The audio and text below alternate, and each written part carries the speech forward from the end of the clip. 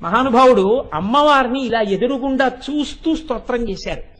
ఆ స్తోత్రం చేస్తున్నప్పుడు దుర్వాసో మహర్షి చేత అమ్మవారు ఒక అద్భుతమైన మాట ఒకటి చెప్పించింది. దాన్ని ఆ స్తోత్రంలో అంతర్భాగంగా ఒక శ్లోకం నుంచి ఒక శ్లోకం వరకు పెద్దలు ఏం చేశారంటే దీన్ని కవచము అని నిర్ధారణ చేశారు.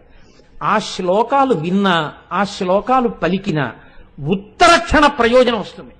దీన్ని సాధారణంగా ఏం చేస్తారంటే ప్రతిరోజు ఇంట్లో యజమాని చదవాలి.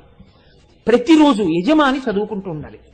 యజమాని చదివినా ఎప్పుడైనా తన వారికి ఆపదొస్తోందేమో అని భయం వేసినా స్నానం చేసి ఇది ఒకసారి చదువుకోవాలి. ప్రతిరోజు యజమాని చదువుకోవలసింది కవచం ఉపదేశం తీసుకుని.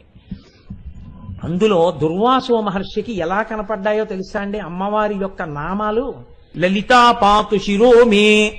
లలిత అని మీరు అనగానే తలకాయ రక్షింపబడుతుంది. ప్రమాదం ఏదన్నా ముంచుకొచ్చేస్తుంటే తలకాయకి లలిత అంటే